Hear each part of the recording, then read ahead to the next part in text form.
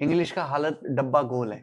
मेरे कॉलेज के मित्र हैं, इंग्लिश सब्जेक्ट में काफ़ी प्रॉब्लम होता है, तो उसको इम्प्रूव कैसे करें ताकि मार्क्स अच्छा आए? सर सबसे पहले तो इंग्लिश के लिए सर एक रीडिंग हैबिट होनी चाहिए कि आपको आर्टिकल्स, न्यूज़ आर्टिकल्स जहाँ भी मिले। जैसे मेरे को क्रिकेट में इंटरेस्ट है बहुत ज़्यादा, तो मैं क्रिकेट बस पर उस पर भी जो आर्टिकल्स होते हैं न्यूज़ के, वो सारे आर्टिकल्स पढ़ते रहता हूँ। तो जब आपकी रीडिंग हैबिट आ जाती है ना अपने आप।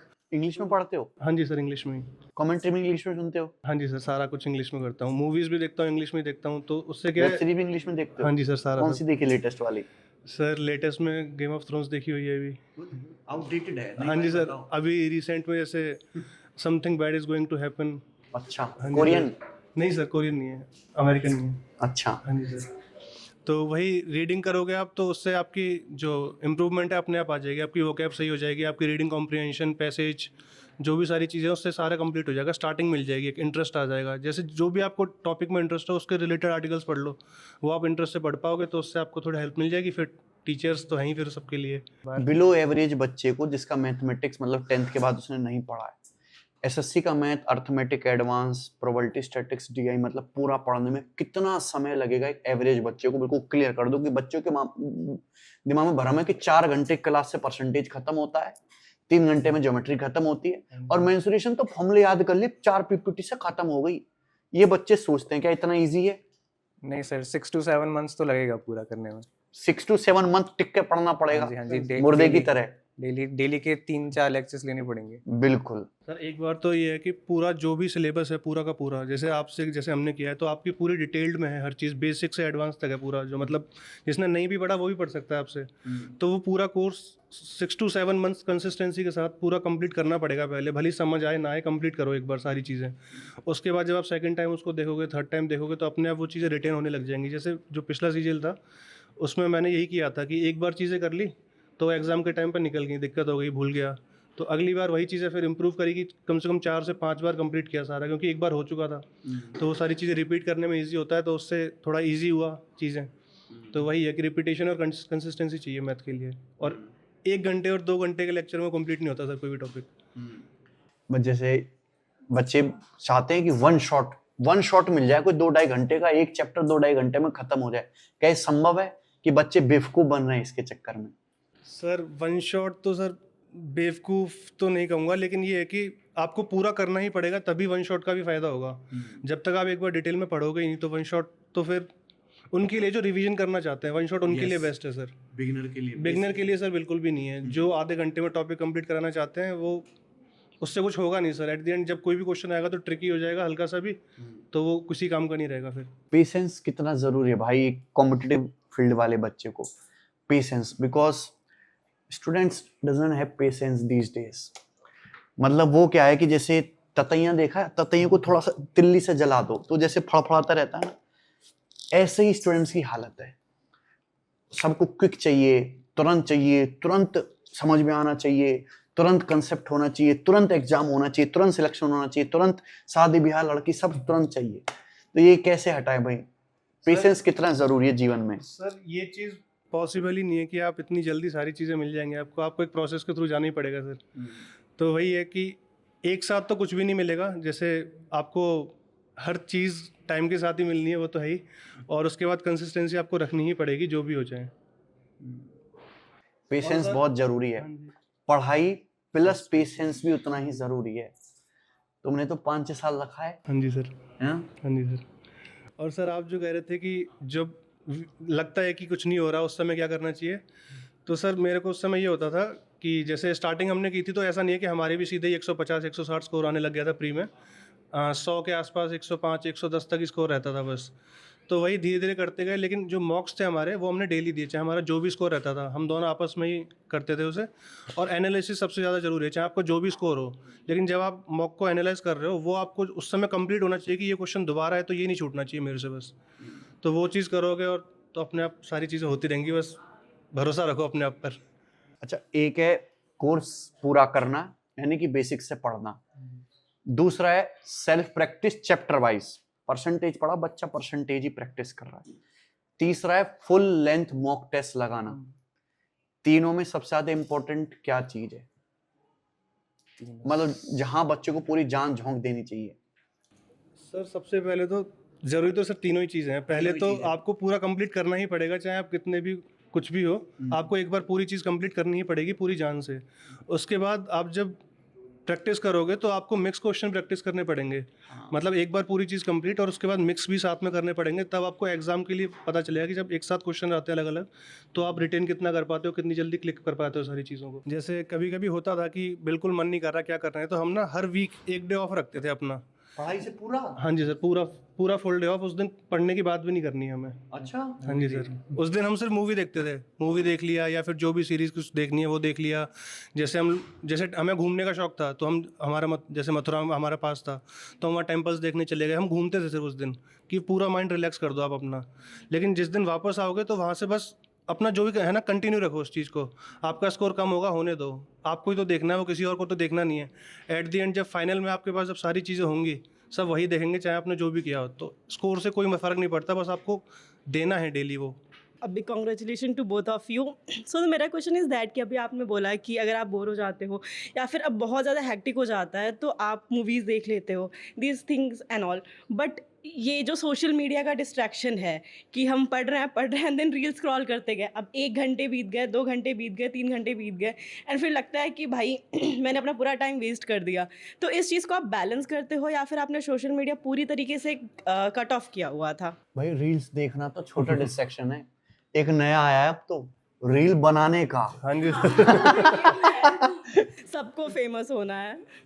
कुछ लोग तैयारी के साथ साथ रील भी बनाते हैं सोशल मीडिया पे। अब एक रील बनाना, एडिट करना, अपलोड करना, थंबनेल टाइटल डिजाइन करना, मुझे लगता है 1.5 2 2.5 3 घंटे काम तो होता होगा। तो ये जो पढ़ने के साथ साथ बच्चे कर पा रहे हैं, क्या ये सही प्रक्रिया अपना रहे हैं कि त्यागनी चाहिए तुरंत? सर मेरे हिसाब से सर मैंने तो ये किया था कि मैंने इंस्टाग्राम सबसे पहले तो बिल्कुल ही हटा दिया था सर, क्योंकि इंस्टाग्राम पे बहुत सारी चीज़ें ऐसी आती हैं कि आप ना चाहते हुए भी आपने एक बार खोल लिया, आपका आधा घंटा 1 घंटा गया, वेस्ट हो गया उसमें बिल्कुल ही। क्योंकि उसमें ना थंबनेल और ऐसी चीज़ें आपको अट्रैक्ट करती हैं कि आप उसमें टाइम वेस्ट कर देते हो अपना। लोगों की लाइफ देखोगे, कोई कहीं घूमने जा रहा है, कोई कुछ कर रहा है, तो उससे और डिमोटिवेट हो जाओगे कि मैं कुछ नहीं कर पा रहा, ये सब चीज़ें। तो मैंने सबसे पहले तो वही हटाया था, कम्प्लीटली कट ऑफ किया था। बाकी सर जो करते हैं, रील बनाते हैं उस चीज़ के लिए, स्टडी कंटेंट के लिए अगर वो कर रहे हैं, तो मेरे हिसाब से वो चीज़ें कभी कभी फ़ायदा कर देती हैं। आपको कॉन्फिडेंस आ जाता है उस चीज़ में कि जब आप किसी को समझा रहे होते हैं ना वो चीज़, तो आपको जल्दी रिटेन हो जाती है, और ऐसा लगता है मुझे। बाकी स्टडी वाली नहीं कह रहा मैं, ड्रामे वाली। पढ़ते हुए बराबर में कैमरा लगा दिया और शूट हो रहा है, फिर उसको कट करके डालना, ये वाली कह रहा हूँ मैं। सर ये वाली चीज़ें तो मैं उससे रिलेट नहीं कर पाता सर, क्योंकि मेरे हिसाब से तो वो बेकार ही है और वो टाइम वेस्ट ही कराता है हमारा। अगर हमारा दिन में 2 घंटे ही वेस्ट हो रहा है, तो उसमें या तो कुछ हम अपने लिए हम ढंग का कर लेते हैं, अपने लिए कुछ पर्सनल एक्टिविटी सीख लेते हैं, तो वो ज़्यादा बेटर रहती है उसमें, जिससे तुम्हारा स्ट्रेस कम हो जाए। स्टूडेंट के फोन में एक ही सोशल मीडिया होना चाहिए एंटरटेनमेंट का, Twitter, x is the only social media platform जो ऑथेंटिक है, जो यूज करना चाहिए बंदे को। वहां पे ट्विटर पे सब कुछ मिलता है, और जब एक बार ट्विटर चलाने लगोगे तो ट्विटर का नशा इतना बढ़िया है, जो नॉलेज भी देगा, अपडेट भी रखेगा, तुम politics, arts, culture, music, entertainment सब कुछ पता चलेगा। और इंस्टाग्राम तो बिल्कुल ऐसा लगेगा कि छपरियों की चीज है, फर्जी लोगों की चीज है। जब मैंने ना कैटेगरी बना रखी है कि इंस्टाग्राम, फेसबुक, यूट्यूब और एक्स, 4 है ना।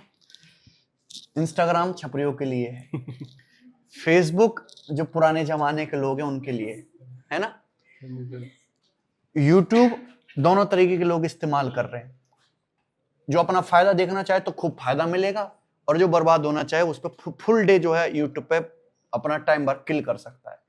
और ट्विटर पे केवल नॉलेज है, केवल नॉलेज। वहां पे अगर 2 लोग व्यंग भी कर रहे हैं ना, तो उस व्यंग से भी आप इतनी चीज सीखोगे। वो भाषा जो बोलते हैं वहां पे, ट्विटर पे अक्सर जो हिंदी में लोग व्यंग भी करते हैं ना, यूट्यूब पे आप गाली गलौज कंट्रोवर्सी देखते हो, कोई 2 कौड़ी की वैल्यू नहीं है। आप ट्विटर पे जब 2 लोग लड़ते हैं, उसकी जो व्यंग की लैंग्वेज सुनोगे। तो ट्विटर इंस्टॉल करो और इंस्टाग्राम अनइंस्टॉल करो, है कि नहीं भाई? इंस्टाग्राम तो जरूर इंस्टॉल करना चाहिए, क्योंकि वो सबसे बड़ी डिस्ट्रैक्शन है। बाकी कुछ लोग करते हैं, अगर एंटरटेनमेंट पर्पस के लिए कर रहे हैं, जैसे थोड़ा टाइम हो गया, 1 आध घंटा हफ्ते में कभी कर रहे हैं, तो वो ठीक है, उसको स्ट्रेस कम हो रहा है। बाकी अगर रेगुलर ये चीज चल रही है तो सर स्ट्रेस बढ़ता है। हाँ जी, स्ट्रेस बढ़ता है, इंस्टाग्राम से कम नहीं होता किसी का। उससे तो बढ़ता ही है, इंस्टाग्राम से तो बढ़ता ही है। हाँ जी, और हाँ बिल्कुल। ओके ठीक है, सोशल मीडिया तो ठीक है, but what about friends, families, जो फंक्शंस होते हैं? हाँ Yeah, about that also. मतलब बिना किसी के शादी ब्याह बर्थडे और उसमें जाए बिना कैसे पढ़ाई को कंटिन्यू करें और रिश्तेदार भी नाराज ना हो। हाँ, और सबसे ज्यादा तो फ्रेंड्स, क्योंकि फ्रेंड्स बहुत जल्दी बुरा मान जाते हैं। मैम ये तुम तो गए नहीं 5 साल से किसी के शादी ब्याह में ना? नहीं गए ना? सर अभी 2 साल से नहीं गया हूँ कहीं में। अच्छा हाँ 2 साल से। कैसे मैनेज करते हो भाई?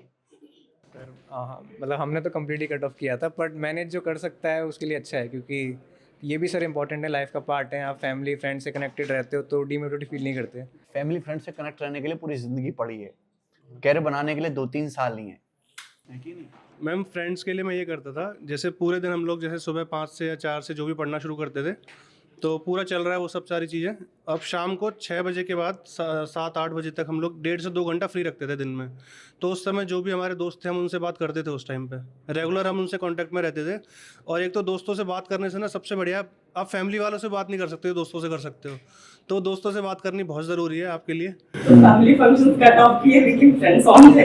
फैमिली फंक्शंस भी वो पूरे कट ऑफ नहीं किए, मतलब जो ज़्यादा ही ज़रूरी हैं, जो क्लोज फैमिली मेम्बर्स हैं उनके में तो जाना बनता है। बाकी जो दूर हैं, जो ज़्यादा क्लोज नहीं हो, कि उनको कोई मतलब नहीं है हमसे, हम आए ना आए उनको कोई, हमारे से कोई फ़ायदा नहीं हो रहा ना हमें नुकसान हो रहा, तो उनमें हम नहीं जाते थे फिर। हाँ जी इन शॉर्ट दोस्तों के में भी ना चाहें, बुरा मानना है तो मानने दे। मैम सारे दोस्त वापस आ जाएंगे अगर आप सक्सेसफुल हो गए, अगर इस लाइन में आप आ रहे हो तो। सुना, सब दोस्त वापस आ जाएंगे, है भाई? हाँ जी सर। जब वो आ सकती है तो दोस्त क्यों नहीं आ सकते? सर ये क्वेश्चंस तो मैं ज़रूर पूछना चाहूँगी। मेंस जो इस बार हुआ था, सारे सब्जेक्ट्स ओवरऑल सही गए थे, बट कंप्यूटर ने एकदम धप्पा कर दिया था सभी बच्चों को। आपने कैसे मैनेज किया था कंप्यूटर? ऐसा क्या था भाई कंप्यूटर में? सर कंप्यूटर में ऐसा था कि अभी तक जितने भी हमने एग्जाम्स दिए थे, जैसे हमने नहीं दिए थे, जैसे दिल्ली पुलिस हुए हैं, जो एसएससी के एग्जाम्स होते थे, रेलवेज के होते कंप्यूटर थे, आता है ऑलरेडी, जिनमें सर पहले से कंप्यूटर आता है, हमने अप्रोक्स उनके सारे क्वेश्चंस देखे थे। तो इस बार जो आया है वो अभी तक किसी भी एग्जाम में रिसेंटली आया ही नहीं है कभी। ओके। हाँ जी, तो सर Latest इसलिए material ज्यादा वो प्रॉब्लम कर गया सारे बच्चों के लिए। हाँ तो सर उसमें हमने तो ये किया था कि जो भी हमें लगा कि कुछ कुछ टॉपिक्स थे जो सुने हुए थे, उसमें क्वेश्चंस करे हुए थे, तो वो तो हमने करे। बाकी हमने एलिमिनेट करके उसमें जो बेस्ट पॉसिबल ऑप्शंस होता है, जैसे आप 4 ऑप्शन है तो आप कम से कम उसमें 2 एलिमिनेट कर सकते हो। तो अगर आप उसमें अटेम्प्ट ले भी रहे हो तो आपके चांसेस ज्यादा हैं कि आप सही करो उसे। तो एलिमिनेशन टेक्निक आपकी बहुत अच्छी होनी चाहिए, आपको 2 ऑप्शन एलिमिनेट करने आने चाहिए। तो तो ये उस 2 में से फिर आप चूज कर सकते हो, अगर आपको बहुत ज्यादा कुछ आउट ऑफ द बॉक्स आ गया है तो। अदर एग्जाम्स के कंप्यूटर क्वेश्चन फिर भी काम तो आए ना? सर काम तो आते ही हैं, मतलब बहुत सारी चीजें थी जो वर्ड सुने हुए थे, उससे काम आ गया कि हाँ ये पढ़ा हुआ है, ऐसा चीजें की हुई हैं, तो उससे हेल्प मिल गई थी। ओके सर, ड्यूरिंग प्रिपरेशन जैसे अभी आपने बताया 5 to 6 ईयर्स आपको लगे थे। सो अगर जैसे कि इस पे आप मॉक टेस्ट दे रहे थे, बहुत से स्टूडेंट्स, इवन ये मैं खुद, एक टाइम पे आके हमारे मॉक टेस्ट में ना नंबर स्टक हो जाते हैं, अराउंड 110 120। बूस्टअप कैसे किया आपने इसे, या इसे मैनेज करके या एनालिसिस करके कैसे आपने उस पर ध्यान दिया कि ओके मेरा इस सब्जेक्ट में इशू आ रहा है तो मुझे इस पे ज़्यादा फोकस करना है? मैम पहले तो 5-6 ईयर की जो जर्नी है मेरी, उसमें पहले मैं सीजीएल के लिए नहीं कर रहा था।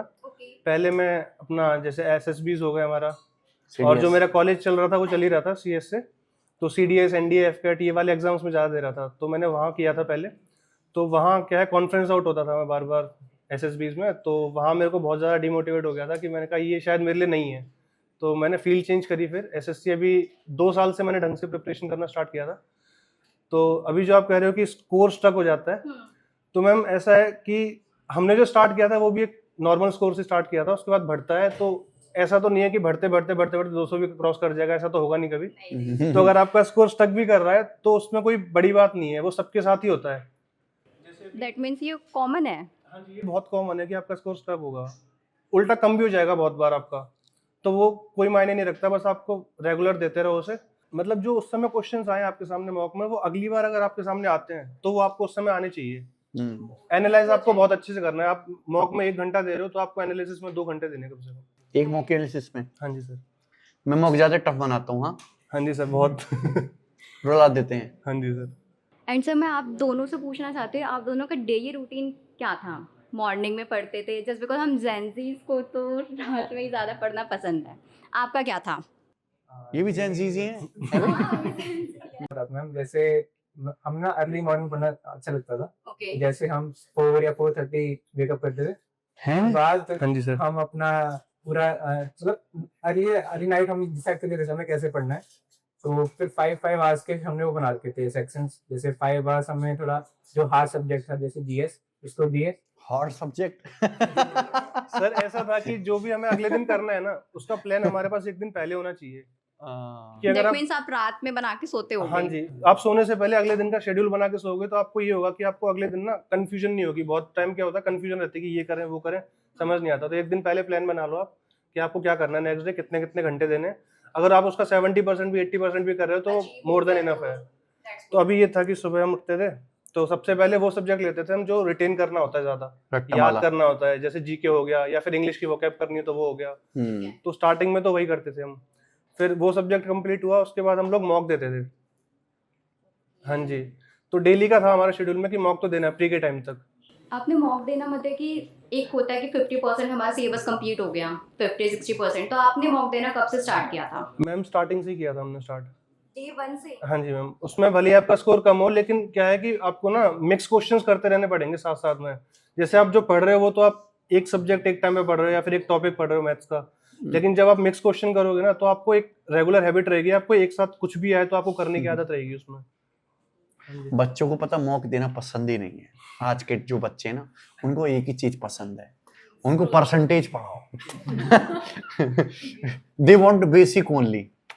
बेसिक से आगे की दुनिया में बेचारे कदम ही नहीं रखते। ये बहुत बड़ी समस्या है, जबकि मॉक्स सबसे इम्पोर्टेंट, सबसे ज्यादा इम्पोर्टेंट है सर, सबसे ज्यादा इम्पोर्टेंट फेज है पढ़ाई का।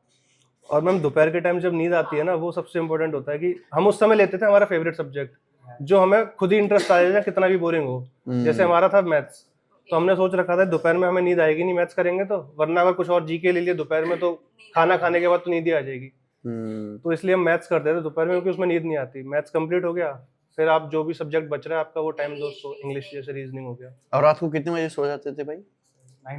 9:30 10 के अराउंड सर। और 4-5 बजे उठ जाते थे? 4 बजे सर, 4 साढ़े 4 डेली? हाँ जी सर, मतलब ये था कि प्लान मेरा होता था, एग्जीक्यूशन ये कराता था मेरा। बढ़िया बात है भाई, तालियां होनी चाहिए दोनों के लिए।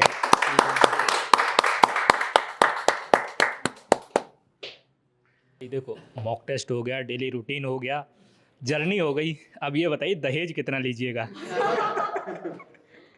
सर ये चीजें बताई नहीं जाती। एस्टिमेट आइडिया सर नहीं, ऐसा कुछ सोचा अरे नहीं हमने। राजस्थान से हो ना? हाँ जी सर। राजस्थान में तो चीज सबसे ज्यादा। नहीं सर, ऐसा दहेज वहेज का कुछ नहीं है दिमाग में, अभी कुछ सोचा नहीं है अभी तक। नहीं, ये करना भी नहीं है। वैसे ना अमून कितना दहेज है एक नोटिस इंस्पेक्टर के लिए? सर अभी तक इन चीजों का आइडिया ही नहीं है सर, हमें हैं? आइडिया ही नहीं लिया सर कभी। भाई मेरे को कुछ लौंडे ऐसे मिले हैं जिसने सिलेक्ट होने के बाद अगले दिन यही आइडिया लगाया है। कम से कि फॉर्च्यूनर तो मिल ही जाएगी। सर अभी इतना मेहनत करके कभी इतना अच्छी पोस्ट मिली है, इतना कमा लेंगे कि दहेज वहेज की जरूरत नहीं है। ये हुई ना बात।